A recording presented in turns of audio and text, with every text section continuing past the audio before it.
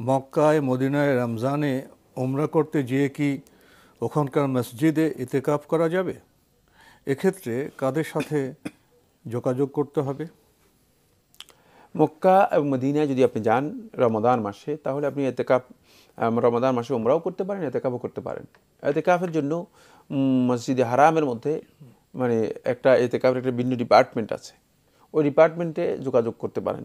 বর্তমান online registration আছে, মানে এখন আরও এটা ডেভেলপ হয়েছে, কারণ এখন পৃথিবীটা ডিজিটাল হচ্ছে, সুতরাং অনলাইন রেজিস্ট্রেশনের সিস্টেম আছে এবং সেটা নির্দিষ্ট করে দেওয়া হয় থাকে কত তারিখ থেকে কত তারিখ পর্যন্ত রেজিস্ট্রেশন করতে পারবেন। আপনি আপনার প্রয়োজনীয় কাগজপত্র ডকুমেন্টস সাবমিট করে অনলাইন রেজিস্ট্রেশন করতে পারেন। সেটা মসজিদে হারামের মধ্যে রয়েছে এবং মসজিদে নববীতে রয়েছে।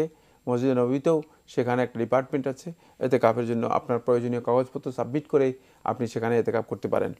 বলতে পারেন যে এতেকাফ আমি করব, মানে এত রেজিস্ট্রেশন, এত কাগজপত্রের ব্যাপার কি?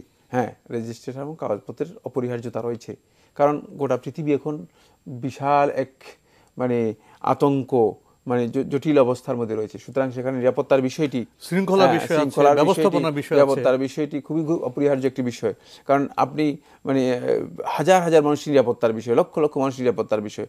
সুতরাং সেখানে কোনোভাবেই শৃঙ্খলা যাতে বিঘ্নিত না হয়, কোনোভাবে আল্লাহর বান্দাগণ ইবাদতের ক্ষেত্রে যাতে ক্ষতিগ্রস্ত না হয়, এই জন্য এই শৃঙ্খলার জন্য রেজিস্ট্রেশনের বিষয়টি বাধ্যতামূলক করে দেওয়া হয়েছে এবং রেজিস্ট্রেশনের মাধ্যমে মূলত বোঝা যাবে যে আসলে কারা এই এতেকাফের মধ্যে আছে, কারা এতেকাফের মধ্যে নেই।